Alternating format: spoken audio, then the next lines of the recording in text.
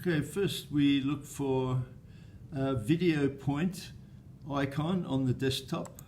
So we click on that and it takes us to the Videopoint software. We just close the first page, go to Open Movie, where we've previously made a movie and saved it on the G drive, and so double click on that, and there's the picture of a person who was our laboratory assistant at the time who was going to throw a basketball, and it says one object to be tracked, just one object. That's the basketball. Okay, I'm going to make that a bit bigger, and the first thing to do is indicate the real length of a meter. There's a meter stick standing against the wall, so this I'm clicking between the ends so that the software can tell, because it depends how close or far away you are, on perception of size. So this length is a meter. Then I go to click on the ball, and I'm going to click on the start, and the coordinates of this point are stored, and it advances to the next frame each time I click. I'm going to click on the front of the ball. Now the ball gets pretty blurry because we don't have a high enough filming speed.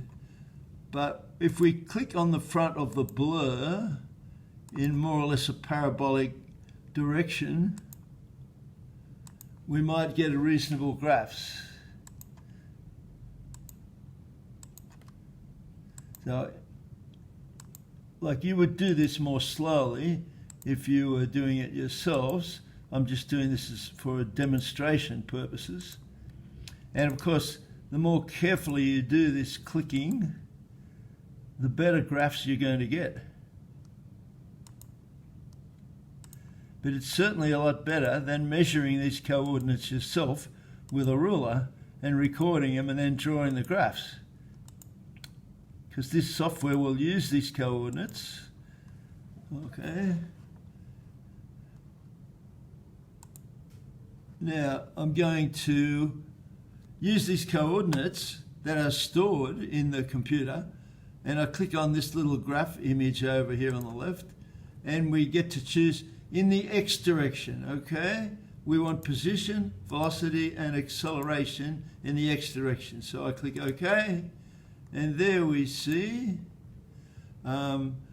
it's obviously going towards the origin, and that's a pretty straight line, so it means in the X direction horizontally we have a constant velocity. That would be the gradient of that line, right? It's just going in the negative direction.